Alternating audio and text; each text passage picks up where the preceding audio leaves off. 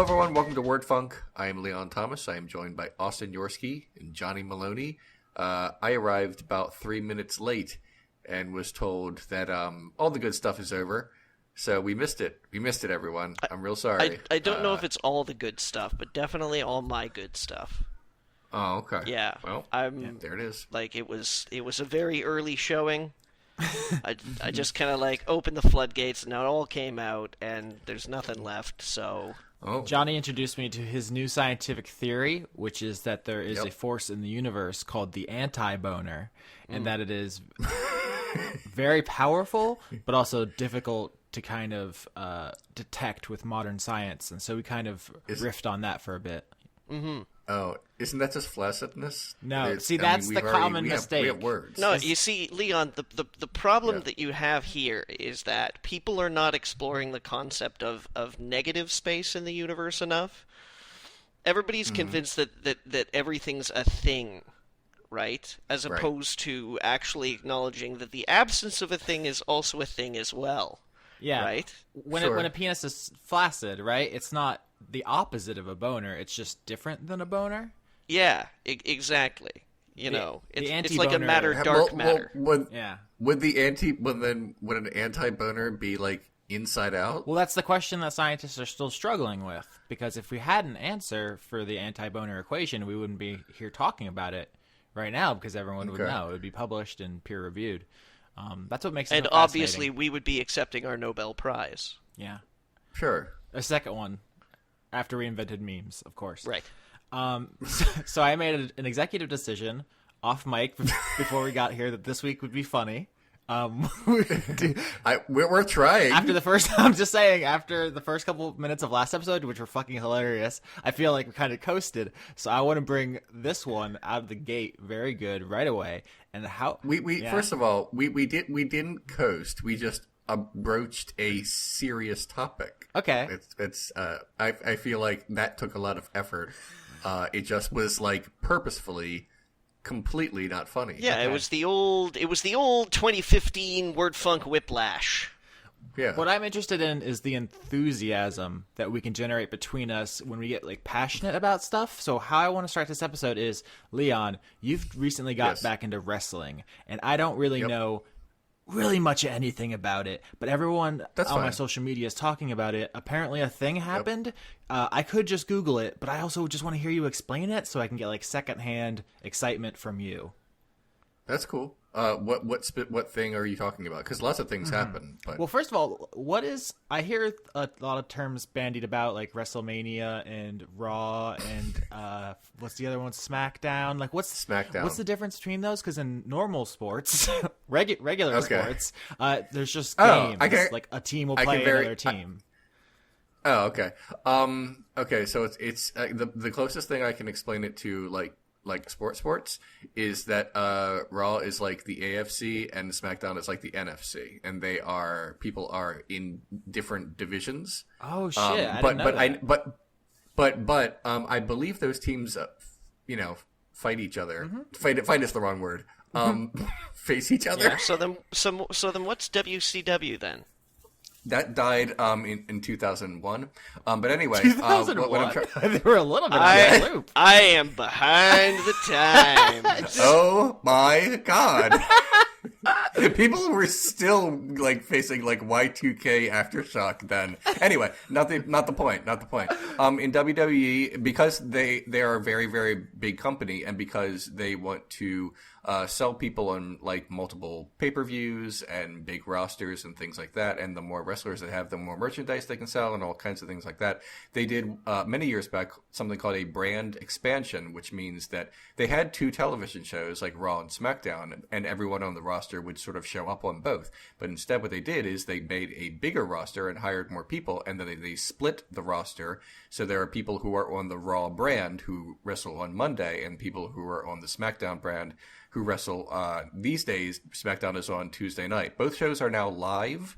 Raw is a longer show. It's 3 hours long, whereas SmackDown is only 2 hours. But that doesn't mean it's worse. Often SmackDown is better because it's paced better. There is also a third kind of brand, but it's their developmental territory where the people who they just signed to a contract, but they're not sure if they're ready to put them on the main roster yet. They wrestle on Wednesday on a very small show called NXT, but it's like they've always had like a developmental territory where they like hire people, but they want to train them first. Yeah, farm leagues. Is what but we now, call that in a right. sport. Exactly, but now they televise it so that they give them exposure so that when they appear on Raw or SmackDown, when they're ready to move up, people are very excited for them. For example, at this very moment, right before I started recording this, I was watching SmackDown from last night because I usually watch it the day after. And a guy named Shinsuke Nakamura, who is great, wrestled on NXT for a very long time and just made his SmackDown debut last night. But because they televised developmental territories now, everyone already knew who he was and everyone went crazy. So it was very cool. So that is what WWE is like now. There's way more to talk about, sure, but I'm not sure if it's funny. I know you were looking for funny. It's just good, mostly. I enjoy it. My understanding it's for fun. the wrestling joke format is at some point you probably should have stopped and been like, and John Cena sucks. And that could have been the funny part, so we can just edit that in later. Sure. John Cena doesn't actually suck. That's the thing. He's actually a very solid performer. It's just he's a lot. And WWE is like, he's we a don't lot? care that he's a lot. Are you talking like voluminously or like? He just you have to be in a certain mind frame to enjoy a guy who very much resembles Marky Mark. Okay, that's not the angle I saw you taking with this.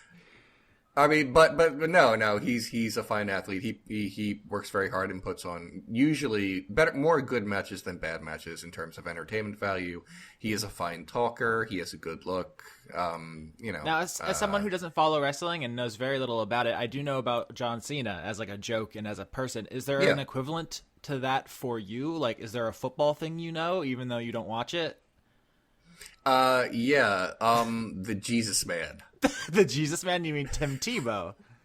Yes, Jesus. Who has not played in the NFL for like years because he was very bad. Right, I understand that. So it's very much a WCW thing for me, where I'm aware of a thing, but it is long since passed. Yeah. There was that guy.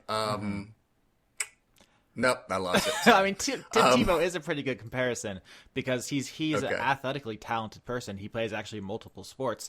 It's just in the position he was at the caliber that is required of him to get paid for the kind of stuff people want from him. He just could not deliver that. But he, of course, could beat up 99% of human beings considering the shape he's in.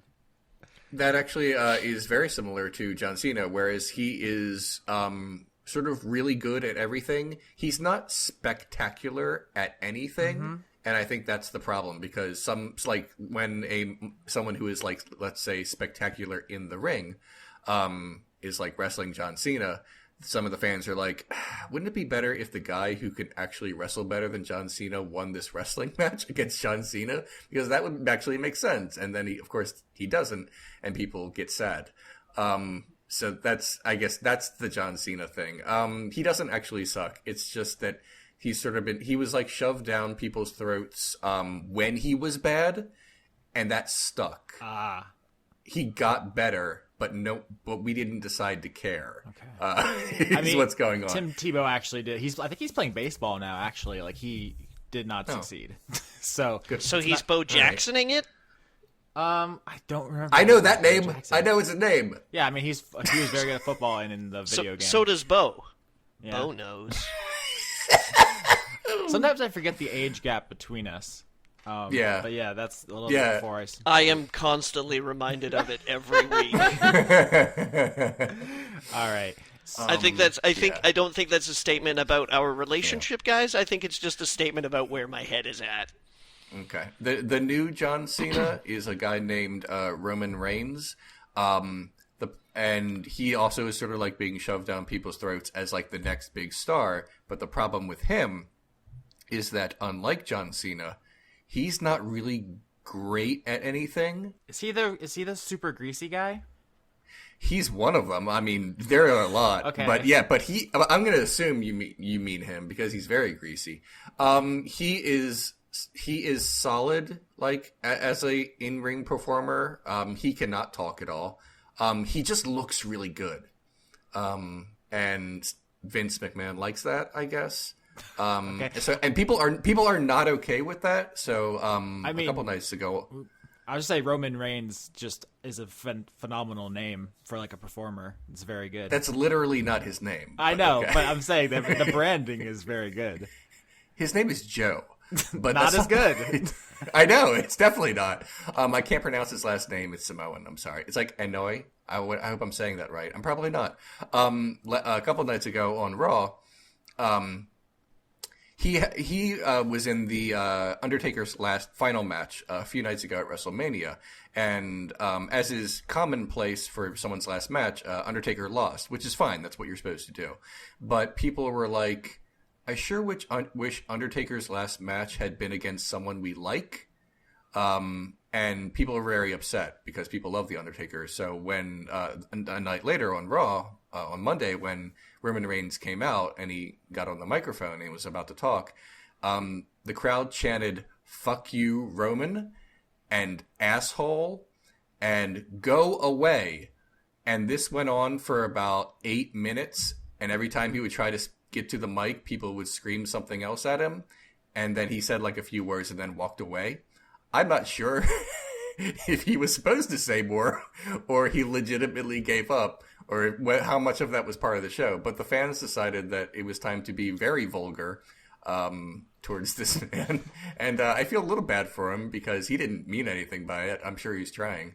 But that's the situation that we're in right now. So I feel like I've talked to... On a scale from 0 to video games, how awful is the wrestling fandom? From that anecdote, it seems pretty bad.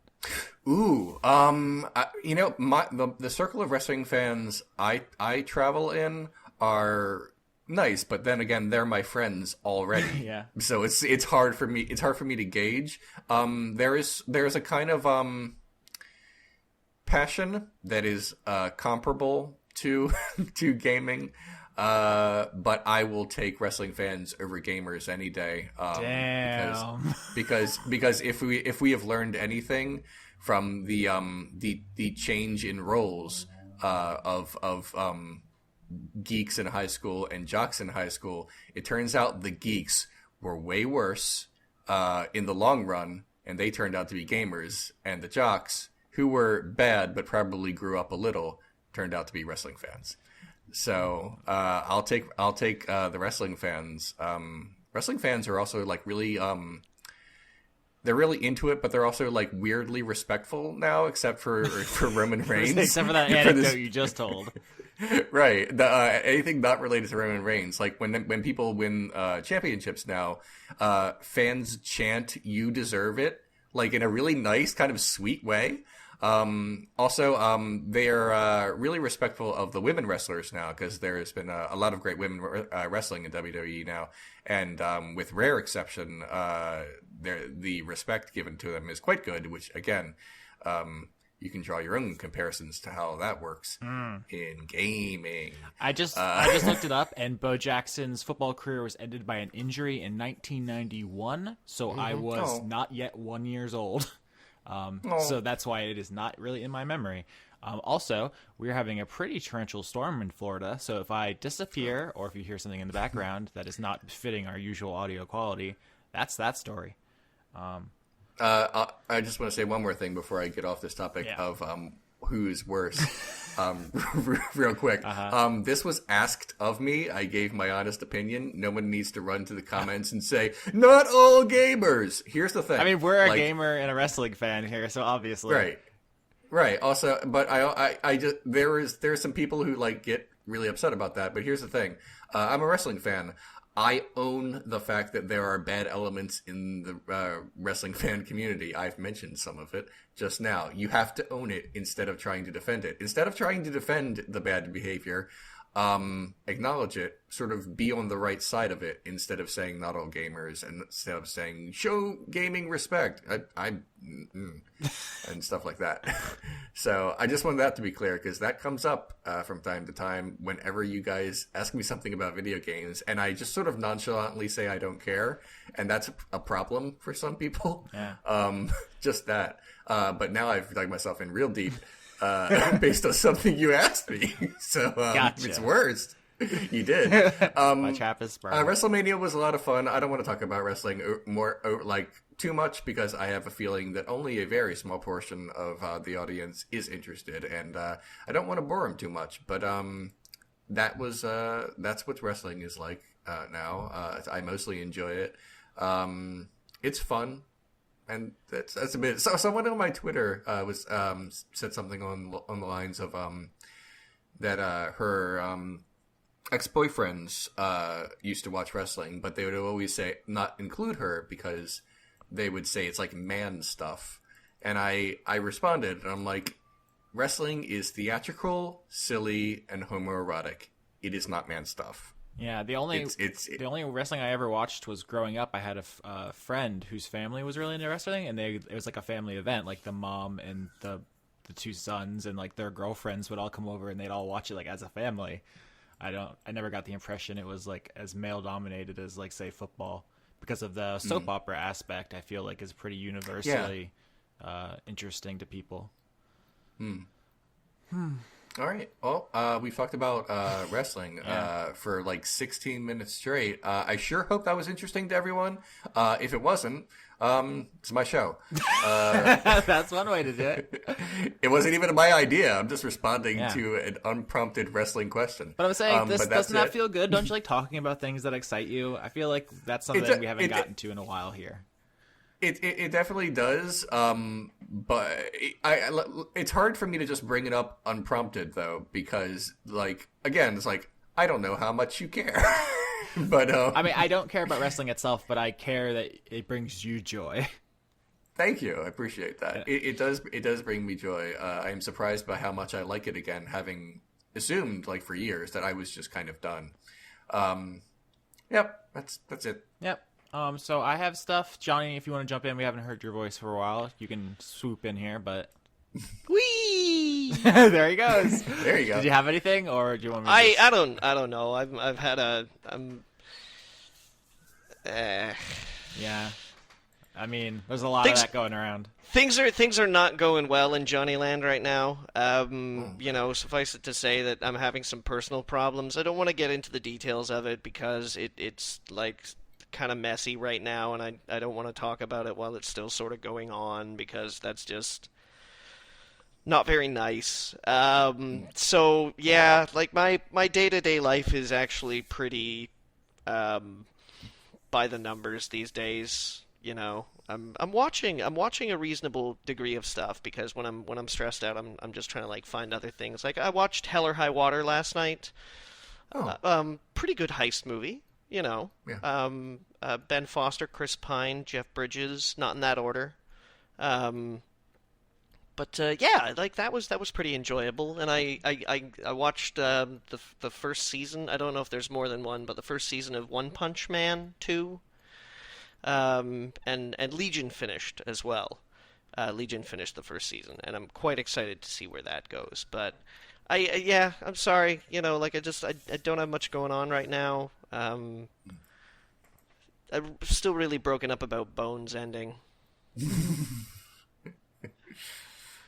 How did Bones end? I know you're making a joke. Seriously, does anyone know? Yeah, they solved all the cases. All of them. There's no more crime. Every one. There's no more bone crime, at least. Yeah. All crime is boneless from here on out. And also with a surprising amount of buffalo sauce involved as well. Boneless right. Hot sauce crime. Oh, I was thinking about asking you about what your thoughts on One Punch Man, but then I realized I was actually way more interested in if either of you have seen season 3, episode 1 of Rick and Morty. Yes, I did. Yeah. Yeah. I keep waiting for that show to start getting bad, and there's like I'm always like holding my breath for it, and then it keeps being good. It can't keep up, right? It can't just keep being good forever. No. Well, I No, mean, probably you know not. what? They've only had like 20. I want to say 24 episodes. But Yeah, I mean, we've just started the third season, but it's not like these seasons are like very long. These aren't like 20-something episode seasons where they expend a lot of all their best ideas within the first two. So Yeah. it's possible that this could be like solid for quite a while longer, but I guess we won't know until July. I think is when the second episode of the third season starts. Oh man. 21. They've had 22 now if you count the one that just aired. Okay. So Yeah, that's not a lot. yeah, that's nowhere near enough time to get to start getting really bad. When you think about how good like The Simpsons was for so long, and even on like full like 22, 24 episode seasons and stuff like that. 22 episodes is nowhere near enough time for something to get dull, especially when you're dealing with when you're dealing with a concept like Rick and Morty, where you can just pull like any weird situation just like out of the ether and employ it. Alien worlds, alternate dimensions, just like boring family drama and stuff like that. Like It's got a deep well to draw from, and it looks like they know how to use it. So it'll probably be a while before it starts to get really tired. Also, how about that McDonald's Szechuan sauce? Yeah.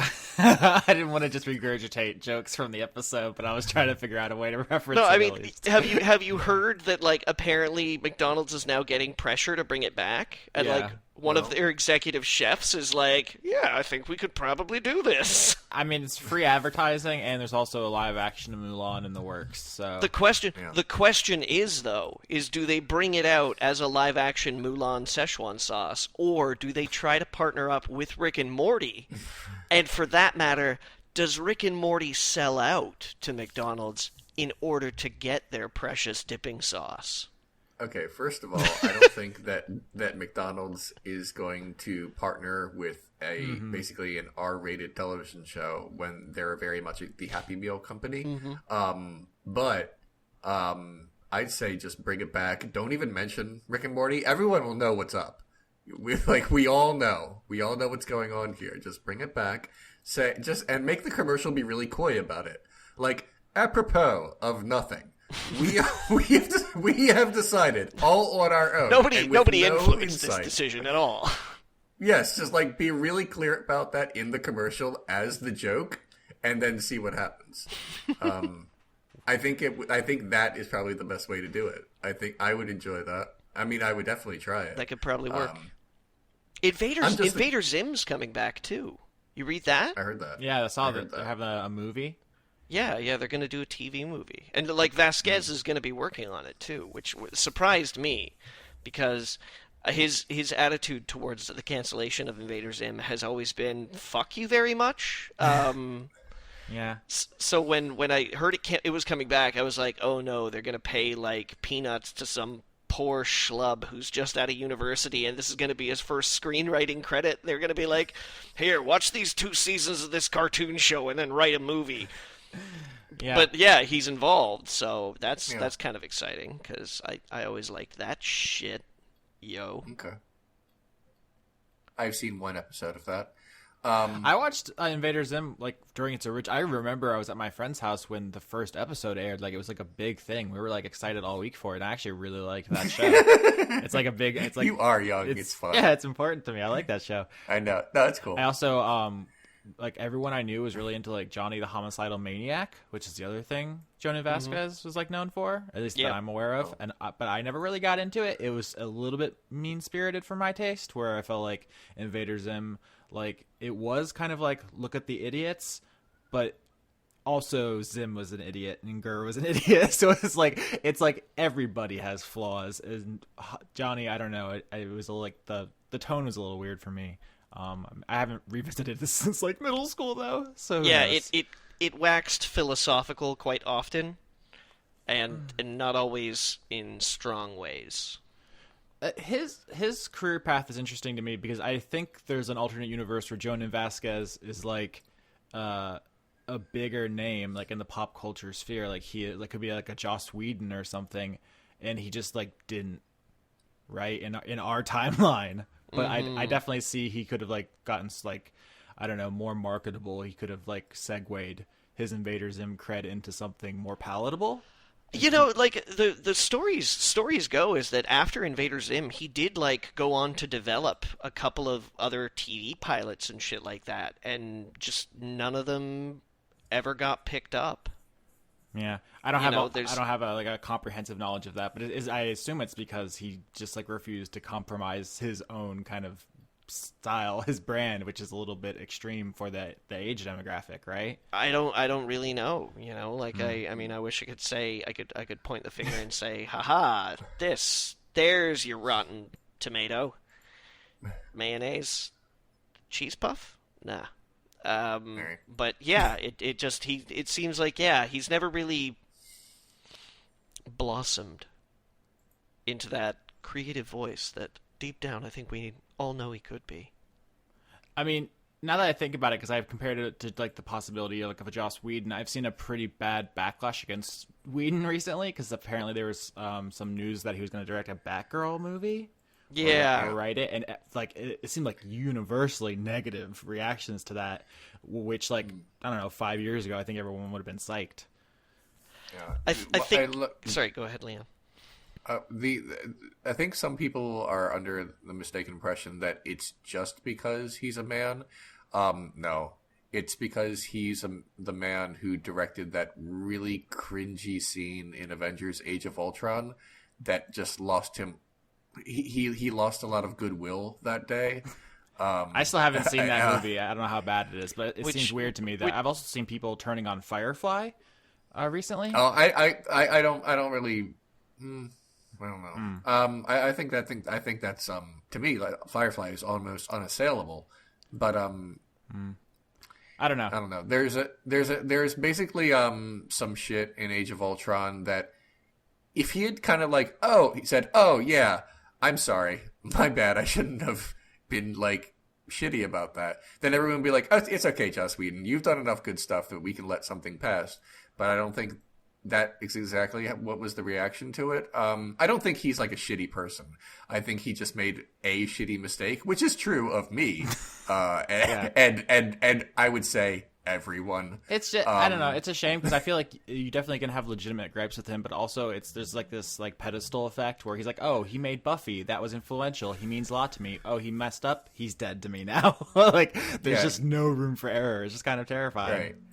Yeah, he's definitely not dead to me or anything, but it's in the back of my mind when someone said he's going to be the voice of Batgirl, basically. Not literally the voice of Batgirl, but you know what I mean. Yeah, to write the words that would come out of her mouth. Like I've seen a lot of people like being like, "Oh, she's going to talk like every character in Firefly or something." And it's like, wait, when did we turn on Firefly? Does everyone hate that now? And I don't know. The issue that I've been hearing is not that she's gonna talk like a character from Firefly. That would be amazing. The only issue I've been hearing now is that she will talk like Black Widow, which she has had more of a hand in. And I mean, I can't name a single character trait of Black Widow from the films. Maybe in the comics. Mysterious. Look, I think even Joss Whedon would agree there's some flat characters in those movies, right? That's how he like stepped away from like the Marvel cinematic thing, is because I think he recognized like he was doing bad work, right? Maybe. Like didn't he have creative differences? I don't remember exactly. I believe there were some creative differences, but I don't know exactly what they were. I know he wanted a different cut of the film, which is not uncommon for a director in a studio. Yeah. I'm in Jonan Vasquez's work page now on Wikipedia, and he's done a bunch of comics, but like his film stuff is like Invader Zim, music video, one episode that he wrote, one episode he co-directed, and then the upcoming Invader Zim thing. So like he really dropped off the screen. Now there were some pilots that he was supposed to do, or but apparently he's been killing it in comics. Not a medium I'm particularly invested in, but Yeah, there was one called Very Important House that he was gonna do. That was for Disney TV. I'll bet that went really well. Yeah. So, speaking of interesting stuff, I don't know how to do a better segue. This is my life. Okay. Yeah, I still think about the segue I tried in like episode 1, season 1 of Dice Funk, where I was like, that was a good intro, and then Leon just like fucking shat on me in front of everybody. Wait, what was it? I don't remember that at all. I literally said, I believe that it I believe that it happened. It's just really, I mean, it's really funny. I was like, that was a good intro, and you're like, why would you say that to draw attention to it? Did I? Yes. Anyway. Okay, I'm sorry. No, it's hilarious. Okay. I have lost stuff. I actually have. There's stuff going on in Magic: The Gathering right now that I think is pretty interesting. People ask me to talk about D&D. Let's see here. Yeah, I've actually also watched Cloverfield, 10 Cloverfield Lane. It's hard to talk about without spoilers, but that movie is exactly what I thought it was from the previews, which I think should be disappointing, but also the thematic material is like very strong and relevant. It definitely feels like something you would cover on Renegade Cut. I've considered it, but the answer to every "am I going to do it on Renegade Cut" question is always as soon as someone pays me. Yeah, no, I don't hold that against you. I just like just the kind of movie. It's hard to be like, oh, if you're a horror fan, you should go see it, because I don't know if it scratches that particular itch. It's just more of about like structures of power and stuff. So it's it's interesting. But yeah. So you guys want to do law? I just before we change topics completely, I just want to say for everyone rushing to the comments section, I like Joss Whedon. You don't have to say bad things about me because I am critical of Joss Whedon. I think he's very talented, and he made a lot of things that I like. Buffy, Angel, Firefly. I liked the first Avengers movie. I don't love it, but it's good. I'd say he has strong hits and like soft misses. Like later Buffy is pretty miss, and some of his Marvel stuff is miss, but none of it's like bad. He Joss Whedon is good.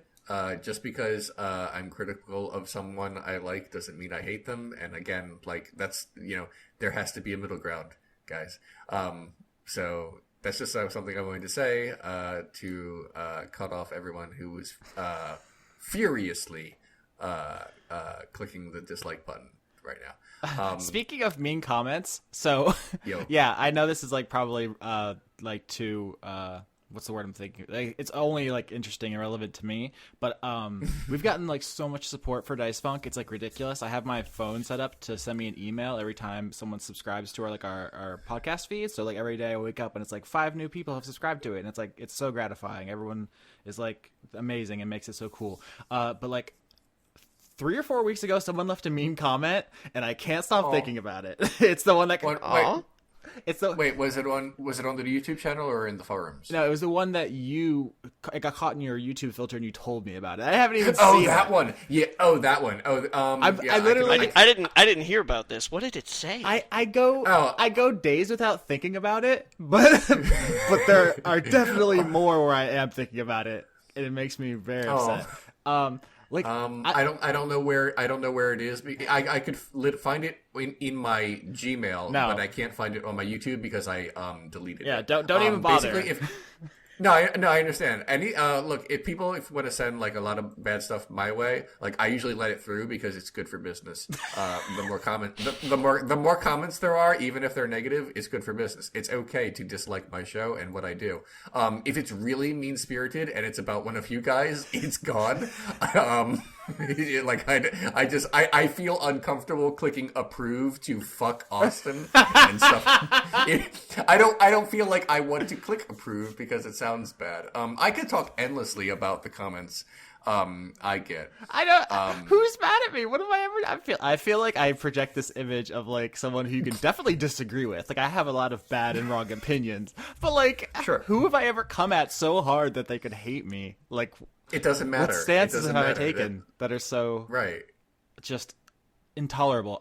So this comment in particular, like, I like constructive criticism, but the fact that basically the the issue was they accused me of doing something I didn't do in the show, just like factually, and that should be so easy to dismiss. Like, oh, you got it, you're wrong. Like that's the end, but it's just not in my brain, and I don't know how to deal with that. Like, I don't know what to do. Like they accuse you of what? Like stacking roles, or no, of killing off some favorite characters, and it just wasn't my decision. Like, that particular decision was Lauren's. She made that, and I invited her on my show to make art with me, and she made that decision. I'm not going to be like, no, your decision is invalid.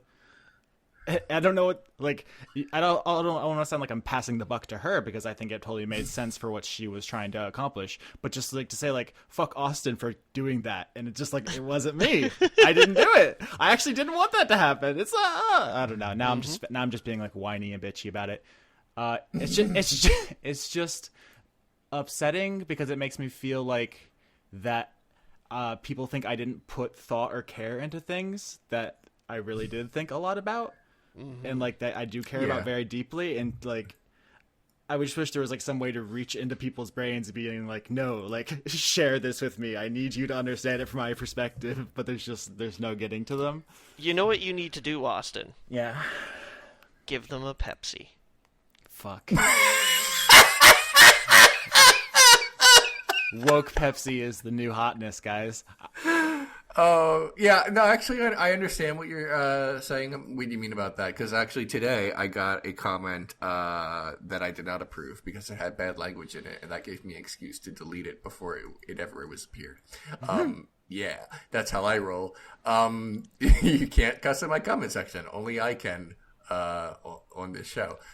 Sorry, those are the rules. They're horrible. But no, it's not fair. But anyway, the comment was, let me see if I can find it. Might still be in my Gmail. Yep. In the meantime, personal update. I got a weird taste in my mouth. Neat. More at 11. This is what the guy said. He said, you did not even watch the film. You just read some highlights. Footnotes. All caps. I'm not going to read the rest because it cuts off there, and I can't. I'll never be able to retrieve the rest of it because it only shows. Were they the commenters' footnotes? Like he was introducing you as like a subheading, like footnote A. No. It's literally someone giving me the old chestnut of did you even watch the movie? Which is not fun. On what movie? I'm just curious. What Dreams May Come. Oh, I freely Christ. admit that this is one of my let's say shorter episodes. I was just full of hate. It was bad for me. But yes, I did. I've actually seen the movie twice, just sitting there, and then a third time in the editor, as always is the case. Yes, I did in fact see the movie. I did in fact hate it. I feel my opinions are valid. I do not want to talk about this anymore. When I made the episode and put it up there, I strongly considered turning the comment section off for the first time in the let's see, there are almost 400 videos on my YouTube channel now, including all the shows I've done. But I've left them all on all of them. Because I didn't want to have to read the comments to approve them, and I didn't want to have to talk about it. I decided to leave it on anyway and approve the comments and go through them anyway, because it's probably just, like I said, it's just better for business to do that and subject myself to that. I am considering, however, and I feel like this is reasonable, to when I finish my feature-length video somewhere towards the end of the year about the Left Behind movies, I am considering giving myself a Christmas present and turning off the comments there. But for this one, I decided not to. So I just don't want to think about that movie anymore. And reading the comments means I have to. That's it. That's all I wanted to say. We can talk about law now. I'm sorry. I deviated into a thing. Didn't I? I mean, that's the show. I do. Whenever you want to talk about law, I'm totally ready. Yeah. So, did I mention this last week? I had talking in court last week, and I have to do so tomorrow. I was actually scheduled for Monday, but there's a severe storm here that canceled arguments and stuff. So I'm actually like knee deep in this case right now. So These Are you gonna hang him, Austin? I am representing the state, and I am sending this lady to jail with all of my might. Which is funny because Is she going to the chair? no, it's a marijuana possession, which is not capital yet. But it's funny because it was an appellate hearing, so the judges ask questions. They can and will interrupt you like mid sentence to like yell at you. And so they were like, if we agree with you, prosecutor, how is that gonna affect like policing, discriminatory policing of African American drug offenders or something? And the right answer, what I was supposed to say, was that like, we just need to give our law enforcement officers the tools to carry out the laws that our legislature has passed, and it's not about discrimination and stuff. But what I actually said was, I would love to get into the socio-political ramifications of American drug law, but I don't know if this is the proper forum for that. Yeah, don't ever say something like that. Yeah. It means you've thought about it. Yeah. And that there are implications. Mm-hmm.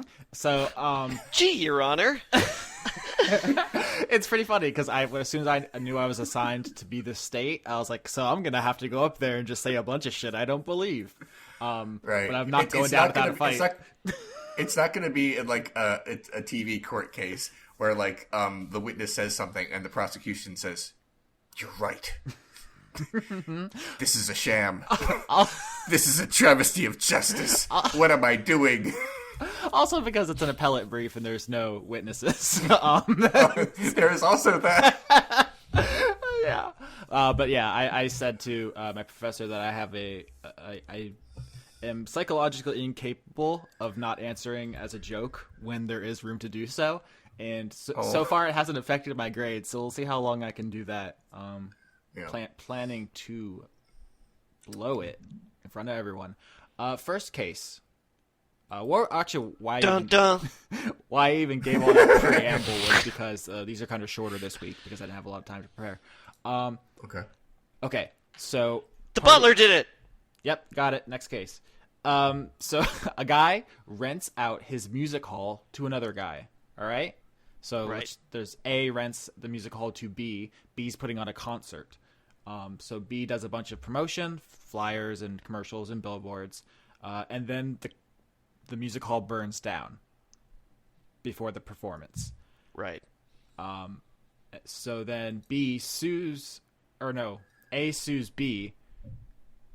There's suing going on. Okay. Right. Yeah. Yes. I hope so. The basically what happens is the B was the one who I should have given them like names like Breadcrumb Boys or something. I'm really bad at the letters. There's the renter and the owner.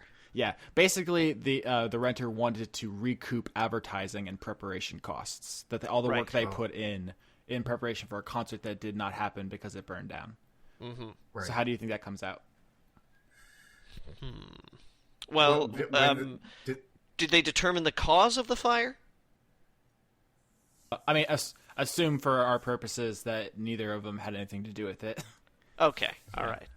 I just like if it was neglect or something, like shoddy wiring or something like that, or like if the building had been in a state of disrepair.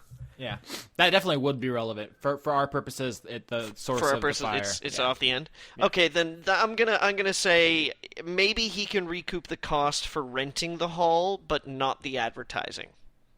Yeah, because it's not like the person who owns the hall said spend a lot of money advertising the show. The person who owned the hall said, "Here is the agreement between you and me on the cost of the hall." Yeah. For the time being, that seems reasonable to get that kind of money back. Because you paid to do a concert and you're not able to now. But I feel like everything else involved is.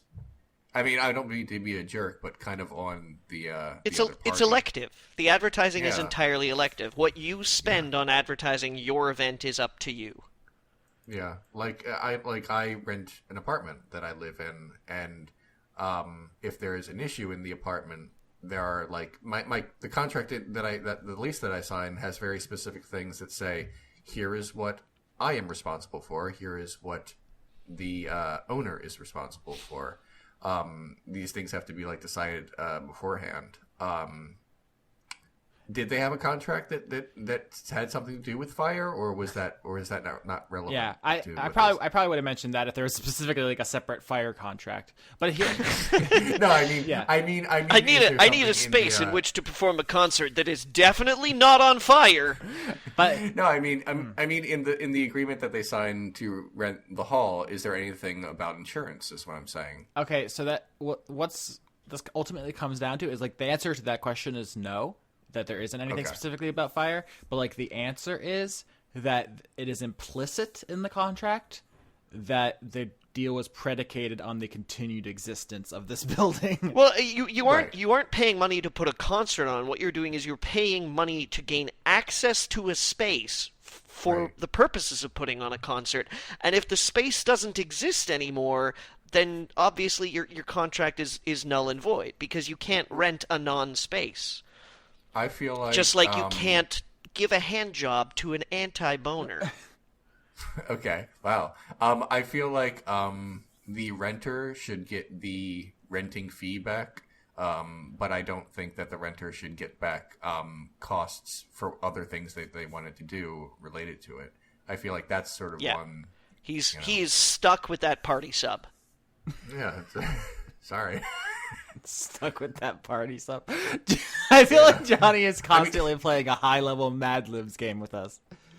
I mean, if it'll help, I'll eat it. Okay. So the idea is just because you sign a contract with someone for a space, that doesn't mean that they have to give you a space no matter what. And the fact that it is impossible to perform a contract does mean it is no longer enforceable. So there's very few ways to wiggle out of these things. Courts like to enforce contracts as written because that gives us security in our transactions. Yeah, I mean, unless people just start throwing contracts out left, right, willy-nilly, over, under, ass over tea kettle, what does anything mean anymore, man? But yes, impossibility is a justification for nullifying a contract. So, yep, you got everything you guys said is basically right. So next, this is one you guys probably haven't heard of this company. It's Instagram. Are you guys aware of them? I vaguely recall hearing something about that once long ago. I know it exists. On a BBS, I think it was. I know it exists, and this is not a joke. I only kind of know what it is. Okay, so my joke was that you guys definitely did know, but apparently... Currently, Instagram is home to a small video of one of the most impressive batches of Yorkshire puddings I have ever baked in my life. Oh gosh. You can check my Twitter feed. I can decipher from the words that they shoved together that it is related to pictures. Yeah, it's a photo sharing site. You upload your pictures and you share them with people. Okay. So Instagram, there, or like you hope to share them with people. Sometimes they just don't come. Okay, so Instagram's terms of service when they started out said that they don't own your photos, but somewhere along the line they changed that to everything you upload they do own and they can make money off of it. And when they made that change, people didn't like that and someone sued because of the change of the service terms, basically. Right. So that's basically the case. How do you think suing Instagram for changing the terms of service worked out? I'm gonna say balls to that. Go back home and try to find something better to do with your time, because no. That's actually the whole. He just verbatim read the court's opinion. Balls. Go back home and do something better with your time. That's what it says. Anton Scalia, one of his shorter opinions, actually. Yeah, he always was good at getting right to the crux of the matter. Scalia. Austin, did you say Anton Scalia? Is that not his first name? Antonin. No, it's Antonin. Oh, Antonin. You're going to be a lawyer. Listen, he's dead now. I don't have to worry about him anymore. I feel like, look, all right, first of all, we all have to worry about him because any second now they might prove that ghosts exist.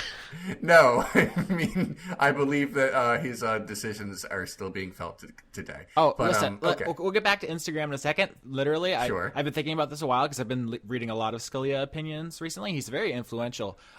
Sure. For anyone who doesn't know, he's a Supreme Court justice, or he was. He recently passed away. He's a conservative, was a conservative, and his seat right now is actually one of the biggest issues in American politics. Like anyway, I won't get too much into that, but it's a really big deal that he's not there anymore. And one of the things I find extremely frustrating about him is that he is very smart and funny and good at writing, which people who believe the things he believed usually aren't. Like, a lot of the ideas he puts forth, he defends well. He's good at it, and he doesn't contradict himself. He isn't hypocritical. He doesn't lie. Like, the vast majority of people who are out there saying the things that he said and believed are provably hypocritical, liars, idiots, like just humorless, grim, evil people. And he is able to give those words like the veneer of respectability in a way that is kind of scary.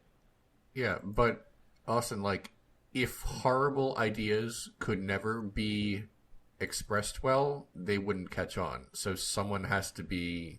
I don't know if that's true. I think a lot of people Someone... think really shitty ideas they got from really shitty sources. Like, a lot of people watch Fox News and go, that makes sense to me. Yeah, I guess so. But there has to be how do I put this? Someone who can speak. this sounds like kindergarten. Oh, you speak so well. Mm-hmm. That might be the wrong way to put it. I know what you're saying, though. It's frustrating because the vast majority of people who are prominent and who espouse the very kind of like gross conservative ideology that Scalia did are just like provably lying most of the time. Either they're hypocrites, like their religion and their politics don't meet up, or they're just not telling the truth, or they're just like illiterate morons. And he just was none of those things. So you actually have to engage with the ideas fairly and like on an even footing. And it's just like rare. There's just very few people who were like talented in addition to being kind of ideologically gross. Yeah, well, we've discussed before that you can be a good person with bad ideas. You can also be a smart person with dumb ideas. Yeah, I just can't think of anybody else like him. Is the thing. Like, there's got to be plenty. Of course, there's got to be. But like that influential people who's like their words are still resonating today. They've shaped the world we live in. They're like actually genuinely like smart and funny and well read and just also secretly like gross monster people. Like, we've talked about this, but like almost all Greek philosophers. Yeah, I guess I'm sorry, yeah. but if you go farther back, you will find like the worst shit from guys who not only are still, finger quotes, influential today, but who the worst of us really love putting in their Twitter avatars. All right, so that's a dead end. Anyway, back to Instagram. Yeah, and a lot of people have to deal with anime avatar people with bad ideas. Mm-hmm. I deal with people who say like, I found this statue that looks smart. Yikes! Sorry, that is a thing in my world. Joke's on you, Twitter guy. That statue's made out of rock. It's dumb. I don't even know half the time. Okay. Oh gosh.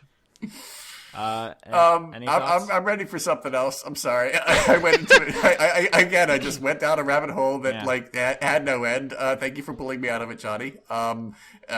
Next. Tell me about Instagram, Austin. So I guess if Leon's gonna abstain from this one.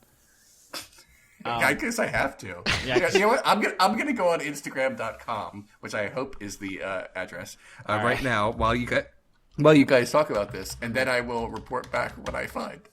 Yeah, check me out if you see my Yorkshire puddings. Okay. All right. So yes, like you said, Johnny, balls. Yep. The woman who sued Instagram lost because she did not have any provable damages. To get redress in court, you need to prove that they did something that you can be redressed for. Yeah. And all they did was like change their rules, and if she didn't want to use the new rules, then you can opt out. Yes, she could stop using the service, which I understand for some people. But all my friends are on it. Also, there are people whose livelihoods are like being Instagram models or like, advertising products on there, which is unfortunate. But it is Instagram's service, and they basically can do what they want with it. The only thing that kind of sticks out to me is like a gray area is that it kind of retroactively applied to photos that were uploaded before the terms of service. Yeah, that's a little shady. I don't like that, but it's still like. But it was not explicitly disclaimed by the original terms of service. Like, so the one she agreed to when she started never said we won't ever own your stuff. Right. So it's kind of an open question that they closed later. But that's a little shadier. But yeah. Also, really important to point out, not a First Amendment issue. Please. Yeah. Just nobody ever say that. I think most quote unquote First Amendment issues that people talk about on the internet are really not First Amendment issues, and I don't know if I've ever seen one. Yeah, I'm not sure I've ever actually legitimately seen one either. The last like First Amendment thing I can remember is when Congress actually genuinely went after Eminem. In the 90s. That was like an actual thing when the government tried to stop someone from saying things they wanted to say. Yeah. And they screwed it up. He's still out there. A couple of months ago, I started to see people throwing around the phrase "no platforming." Yeah. And I thought that was really encouraging because I was like, oh my god, they finally get it. All right, this is not a First Amendment censorship issue. No platforming, but no. That like I thought it was about shoes. No, so platforming. That's it. I feel like that was a good joke. I didn't get the response I wanted on that one. You did? All right. No, I'm sorry. So apparently that's a thing I say. So do you guys want to do questions or do D&D or magic or any of that stuff? We have about, 15, 20 minutes left. I just want to say that I went to Instagram.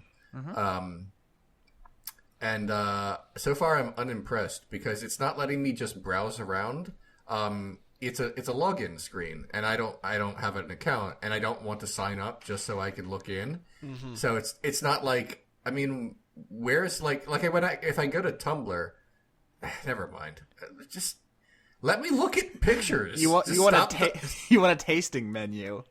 Yeah, basically. Maybe I'll click About Us, and then I will learn. Oh, God. Okay, Leon, why don't you read the Instagram terms of service while I ask questions? How does that sound? I guess. What is... Here you go, Leon. Here. These are my Yorkshire puddings. Oh, God. Oh, okay. No, that's it. Oh, so can I click on this without actually having to, sign it here? This is good podcasting. Ooh. It is. Everyone can just deal with it.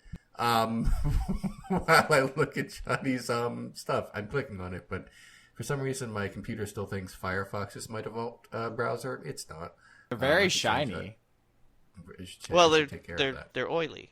There's vegetable oil in there, man. That's delicious. That's how you make Yorkshire puddings. I don't know anything about. I understand I've eaten one, but I don't know what they are. Wait. All I see is. And I can't see pudding. It's an oven. He opens it. Oh, I have to click. Oh, it's a video. It's a video. It's me taking them out of the oven. Christ Instagram almighty. has videos now. Oh, God. That is a thing I just learned. Because I also just learned what Instagram was. Okay, everyone, I'm going to narrate. Oh, wait, it's over. Never mind. He took out a bunch of things from the oven. They look good. I don't know what they are. He told me what they are. Most old fuck thing that's ever happened on the internet. This is interesting. This thing keeps asking me to get the app. Look, I haven't even registered. You're being a little pushy. I'm going to X out of my browser now, and we can do questions. Okie dokie. Those look very nice, Johnny. Thank you. They were delicious. Yeah, very shiny. Was that the taste? That was in your mouth? No. Oh, that was an unrelated taste. Unrelated taste. If that taste was in my mouth, I'd be like, "You guys, it's amazing. Everything tastes like Yorkshire puddings." Oh. But instead, it's like Dateline, weird taste in my mouth. Oh. Oh gosh. I'm Okay. not sure what it is. I don't know. Maybe it's like scurvy.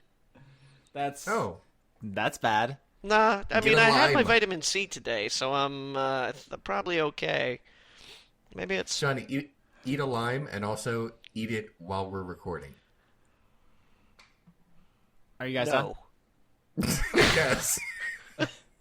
All I right. just wanted to see where that was going to go, and it didn't go anywhere. So we can definitely start doing the questions. Yeah. Well, let's go to questions. All right. So the first one comes from Jade, our doctorate of questions, and she got her Hi, Jade. she got her PhD from knowing exactly what kind of questions to ask to get me to read them. She's cracked the code. And the question this week is favorite Magic the Gathering card. She's very good at this game. I'm a big fan of all the Phyrexian cards. That's Phyrexian. They're kind of like this H.R. Geiger body horror faction of monsters. Phyrexian Unlife is really creepy. Phyrexian Obliterator is like, what if the Xenomorph was a Velociraptor? It's very good. And Elish Norn, Grand Cenobite, is very creepy. It looks like the angel thing from Hellboy. Basically, all the super like gross body horror stuff from like the Scars of Mirrodin block are definitely my jam. I really like. I don't feel like I talk about horror much on this, but I feel like I'm more of a horror buff than I ever talk about. Oh.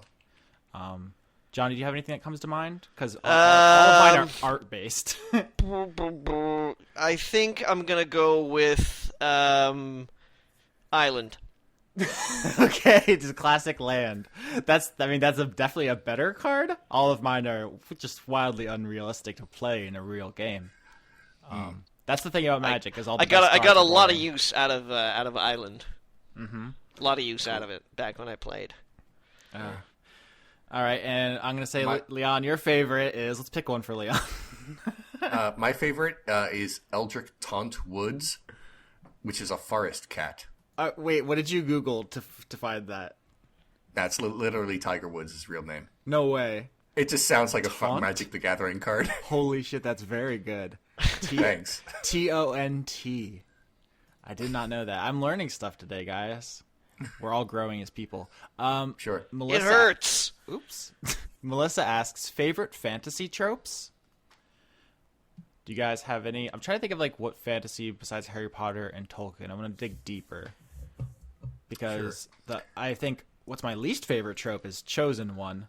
Mm-hmm. What's the polar opposite of that? Chosen One's best friend. Someone who has to work really hard and in some sort of like magical meritocracy. Was there like a blue collar fantasy novel series, like one where a guy who's just like working the 9 to 5 at the wand store? Like, what's his story? Would that be Reciteer? An item shop tale? I haven't actually played that, but yeah, I'm aware of that game. It's kind of like the Viscera cleanup too. Like, what happens after the? Yeah, after the Marine with the giant gun comes running through and kills all the aliens. Congratulations! Here's your mop. I feel like you can be a chosen one so long as things are still shitty for you.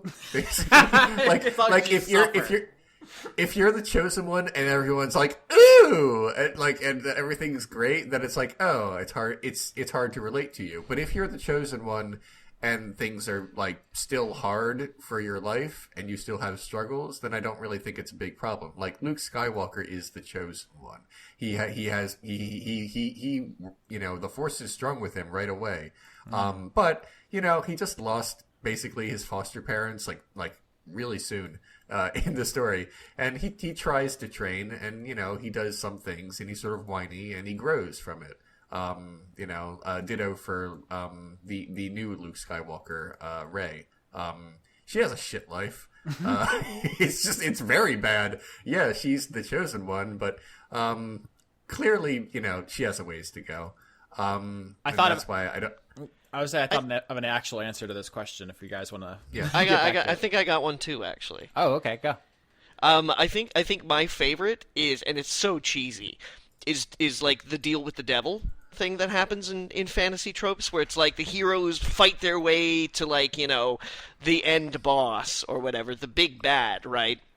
Mm-hmm. And he's, like, so super powerful, and he's so convinced that he can, like, kill all of them. But then he's like, hey, do you guys want to make a deal? Come to my side. As if, like, for a second there as the audience, we're gonna be like, oh, gee, are they gonna do it? Oh. Yeah, I can't conceive of a story that would end with the main characters making a deal with the antagonist. Yeah. That would be crazy. But it just... Subtweeting myself. Uh-huh, yeah, I know. But it's like... it is...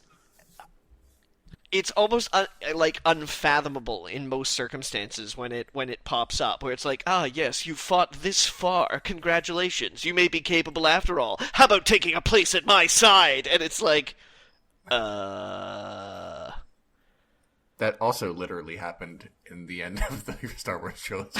Yeah. That also happens in the first Dragon Quest, and if you accept it, it actually leads to like a bad ending that's canon in one of the other games, I think. Something like that, yeah. Yeah. We should have stabbed Zavala, is what I'm saying. Spoilers. So my answer was I really like the trope in fantasy where the gods are real, but they need prayer to function. Like it's like their power. That's a thing in isn't that the premise of Sandman or American Gods? That's American Gods. American Gods. That's it. They need worship. Yeah. In order to maintain themselves. Yeah, and it's also like D&D in various, like D&D has undergone a ton of revisions, but in a lot of them it's like that. I like that idea because it lets you play with like powerful cosmic forces, but also they can have motivations, because if they're truly omnipotent, what could they possibly want, right? Mm-hmm. Like the idea of like an all-powerful being actually gets boring really quickly if they don't have any motivations, and it's a very strong theme in Pillars of Eternity as well, actually.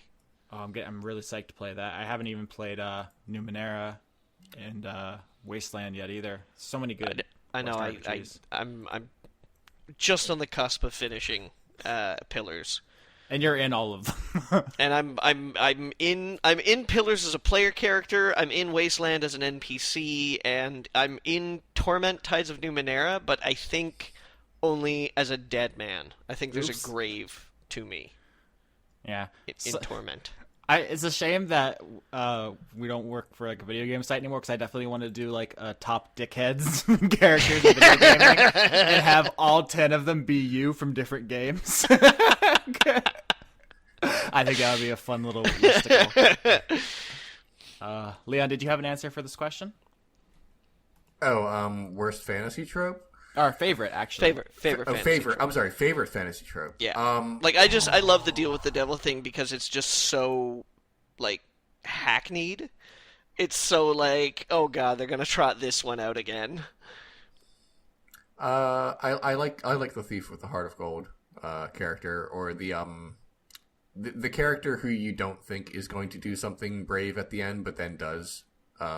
I kind of like that. The Ergo from Krull, if you will, of characters.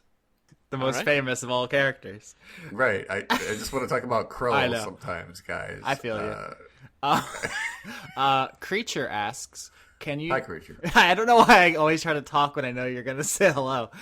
Can you try to think of a job that is probably going to exist in the future, but doesn't exist yet? Like robot AI social skill tester is the example. So robot's a pretty easy one to go with. But I'm trying to think beyond that to like, okay, we replace all the jobs with like robots and automation to computers and stuff. And then we all have like infinite free time. Like this is obviously an idealized world that will never happen because people love drama and being messy bitches. But in my utopia, like what kind of leisure jobs are created with everybody being free from their 9-to-5s all the time, right? That's where my brain is right now. You guys are thinking about robots, aren't you? No. I just hate Austin's future. I'm thinking about alternative food sources, actually. Oh, that's another good one. Yeah. in the future everything will be soylent, but it will be airborne. So No. We'll all just No. breathe it. No, insects. Yeah, that's probably inevitable, huh? Yeah, insects are gonna be a thing. Insects are gonna be a big protein source in the future, and grown meat too. So like meat compiler. Ooh, there we go. That's the job name. Meat compiler.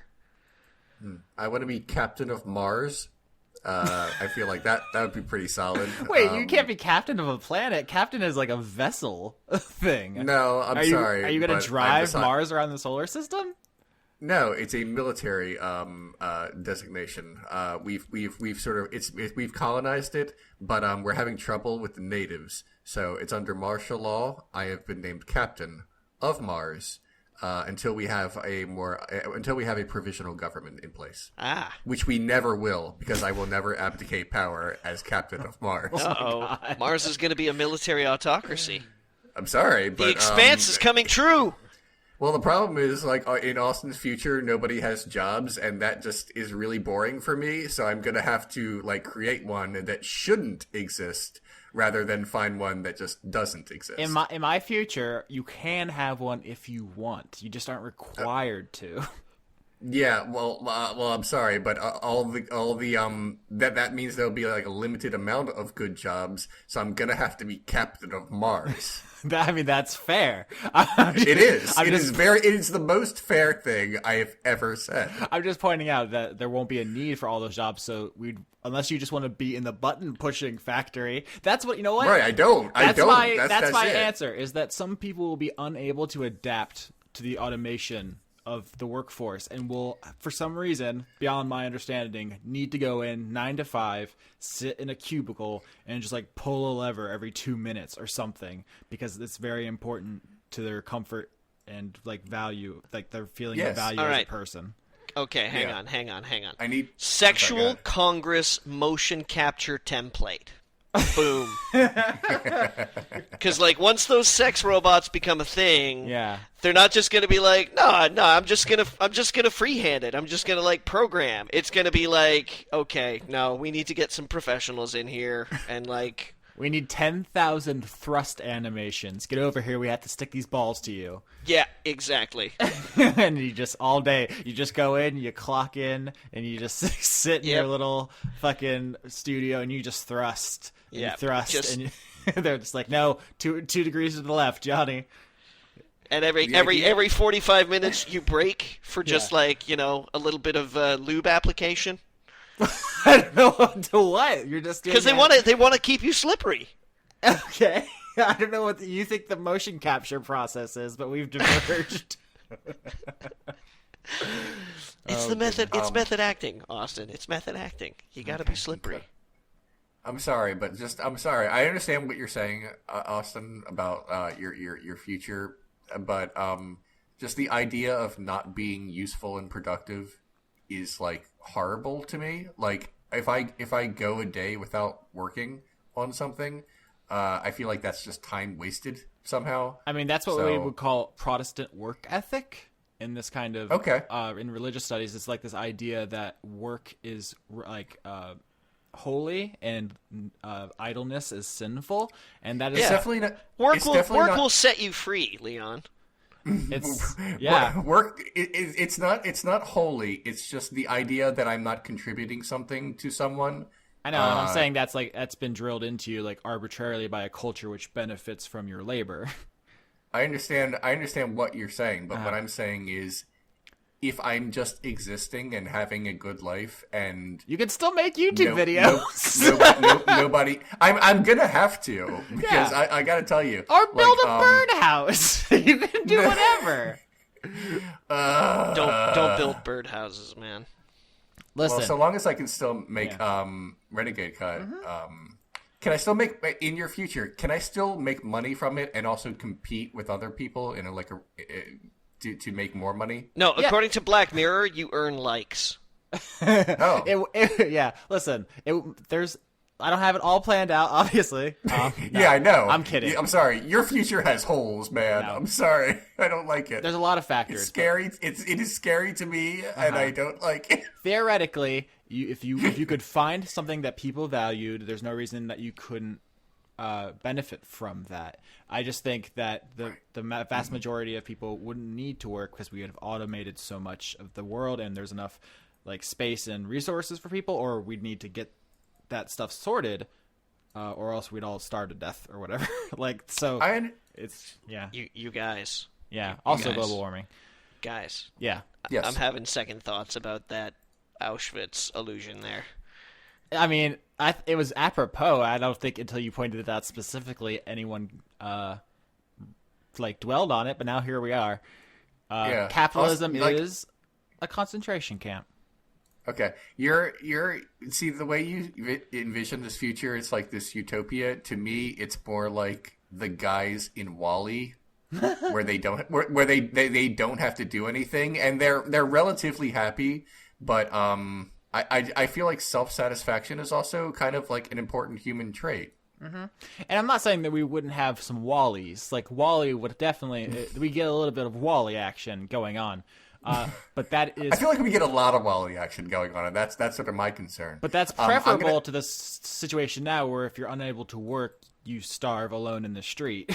That's fair. That's absolutely fair. I just feel like we need to combine our idea of utopias and make a better fruitopia. So I don't know. we need a utopia planitia. We need basically we just need me to be captain of Mars, and I'll keep everyone in line. I wonder if anybody takes the things I say 100% seriously, because obviously capitalism has given us a lot of good things. Like I'm not pretending like that's not true. I'm just exaggerating for like my show. Yeah. Yeah. Listen, if my future came true tomorrow, I'd probably still do Dice Funk until like the end of like season 5 that I have planned. So like I wouldn't immediately stop doing anything productive, but I would not feel like every day I wake up with a gun to my head that if I don't make money, like I'm just literally that close to death because there's no safety net. And here we are in Sad Town. Next question. Sure. I don't even remember where we were, but Darkent Reltnark asks a really cheery question. Any near-death experiences? Yeah, like all the time. Okay. I don't think the question is just like living is dying, right? No. I don't mean it like in a very like the shallowest philosophical phrase. We're all dying. No, I don't mean that at all. I mean like I feel like I've almost had a lot of really bad car accidents when in reality I've only had like 2 really bad car accidents over the course of my life. But there's just been like a lot of close calls where like afterwards I was like, oh, if I didn't turn, I would literally be dead right now. Huh. Well, off to the supermarket. Mm-hmm. But so because you can't dwell on it too long. Someone did try to kill me once, or at least beat me so badly that in his mind he was only going to savage me. But since I am, fragile, I definitely would have died. It didn't happen though, because I got away. So just that. I don't know if I ever told you that story. Someone who was driving one of those cars who details it in such a way that you really want people to notice it. I'm getting like a really clear mental image of this person before you've even introduced them. Yeah. He was driving very, very fast down like a road that kind of like slopes up and down, which means you shouldn't do that because you don't know what's coming. I didn't see anyone coming because no one should be driving that fast. So of course no one is right there. I drove out and he came barreling down, but I'm still a pretty good driver and I got out of the way, and no one got hit, but he was upset about this occurrence and stopped his car and like spun around to chase me. And at first I was like, no one would do this. No, he's not after me. He just realized he made a wrong turn. Because how could anyone be like violently angry about something that is clearly his fault? And even if it were not, this isn't worth it. I've actually been involved in a very similar thing. In my case, I was a passenger in the very angry person's car. So, I mean, continuing your story, I'm saying that's how I'm picturing it now is like you're in the one that's running away. There's the very angry guy chasing you, and then me in the back of the very angry car going, this isn't worth it. Why are you doing this? This is crazy. I started driving, and he was like very, very close to the rear of my car, and I was like, he might actually be chasing me. Here's what I'm going to do. I'm going to turn right and not signal. And that way, if he also turns right, because he's not signaling to turn right, that will be proof that he is in fact following me. So I turned right without signaling, and he did too. So I was like, oh, this is really happening.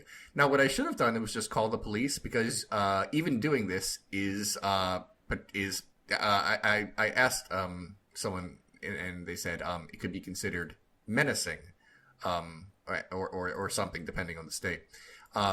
So you can't like chase someone down in your car, even if you don't intend to kill someone with it. No, that's assault. If you can convince a jury that you were in fear of your life. Okay. I turned, and then I sort of like, I didn't like pull over, but I kind of pulled in almost to someone's driveway, and he stopped and like ran out of his car towards me, like to my car, in like a really kind of way, like he's about to do something bad to me. But I just looked at him like, oh, you were literally trying to hurt me in a very bad way. This isn't just about yelling at me. So I was like, oh, well, I'm done with this. I went backwards and left him. He chased me again, cause this was not over for him. And I pulled into the parking lot of a place I worked at the time, and I went in and I told the person who was on duty. I explained what happened, what I just told you, and I said, I'm not sure if he's still after me. You think I should call the police? And as I was saying that, he runs into the store, but realizing that he is now outnumbered by about 4-1, he just kind of like. He didn't like back away, but he was like, how do I put this? He then changed his plan and basically tried to get the manager of my store on my case, and they were like, no. So he went back into his car. Later, I went back outside to go into my car, and he was there. And how much later? An hour. Seriously? Yeah, this was not over for him. I got into my car and I pulled into like the space, like the spaces to take me out, like the exit of the parking lot into like a street. And I was like, oh, and again, I should have just called the police, because that is what you should do. That's the lesson here. And I was like, oh, as soon as I pull out, he's going to chase my car again and try to kill me. So what I did was, there's a few cars come, and then there's a space to go, and then a few cars come, and there's a space to go. I waited until there was just enough space for me to pull out, so that he would not be able to follow me, because there were like 7 or 8 cars behind me now. And then I turned somewhere and lost him. And that was it. I don't know exactly how that would have went if he had gotten his hands on me. I don't know if I would have just been very brutally hurt or killed. But I feel that it's fair to call that a near-death experience, because I wouldn't have been able to fight back well. I don't think. Maybe my instincts would have kicked in and I would have suddenly become a good fighter. But I would doubt it. He seemed like he was tall. I mean, I have such a clear mental image of this type of person where, like, anything, even if it was their fucking fault, it is like such an affront. Yeah. Like, they can't be disrespected. They have to make you pay for it. And it's like, fucking get over yourself. Just fucking, I'm secondhand upset at this. Yeah, I was like seriously at first, I was genuinely confused whether or not this was really happening, because how do I put this? I'm not like the nicest guy, but I'm so innocuous that in real life that it is hard to believe someone can become angry at all the little that I do socially with people. Well, it's so irrational. Like if I had like an NPC menace you guys in Dice Funk for such a small like slight, like with lethal intention menace you, you'd be like, that's not realistic. That doesn't make any sense. Like it would be considered like bad writing. But there are people whose brains work that way. Yeah. And it's it's a whole thing. Yeah. I can't think of any like other like super serious near-death experiences. I fainted a couple years ago and was found by my ex-wife, who took me to the hospital. I was fine. It was stress, and I fainted. I didn't hurt myself at all when I fell, it turns out. So that was lucky. Nice. There was a railing there that I could have hit my head on, but instead I just fell on the floor, I guess. I don't actually remember it happening. I just remember waking up. I don't know if that was a near-death experience. I think I was just exhausted, and my body decided the stress of everything in my life is too much, and we're just gonna go to sleep for right now, and that's gonna be it for you. I was scared at the time, but like a few hours later, I'm like, oh, I feel fine. I should go home, but I was convinced to stay look in to make sure everything was okay. I was against that. And I feel like I was vindicated by saying I was against that, because later my insurance decided not to cover as much as I thought, because, as explained in the letter, they didn't find anything wrong with me. So, I mean, which makes sense. I feel like it was just stress. I didn't have like a heart attack or anything. You know where that wouldn't have happened?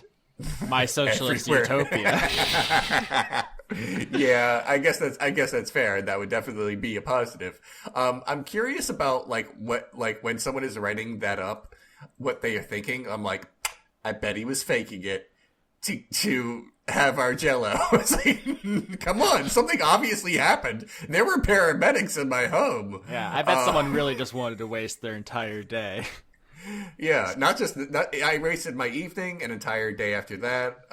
It was not fun. I had to call people and say, "Hey, that's I an can't actual do this thing tomorrow." stereotype that like poor people just like recreationally would go to medical services if they were affordable, just like for funsies or something. It was not fun at all. I'm just going to tell you this right now. I did not enjoy myself there at all. They made me. I could walk, but they made me like move around in a wheelchair, and I don't like being controlled. I didn't like. I found that like really unpleasant. That they said, no, you should just be in this for now. I'm like, no, I don't want that.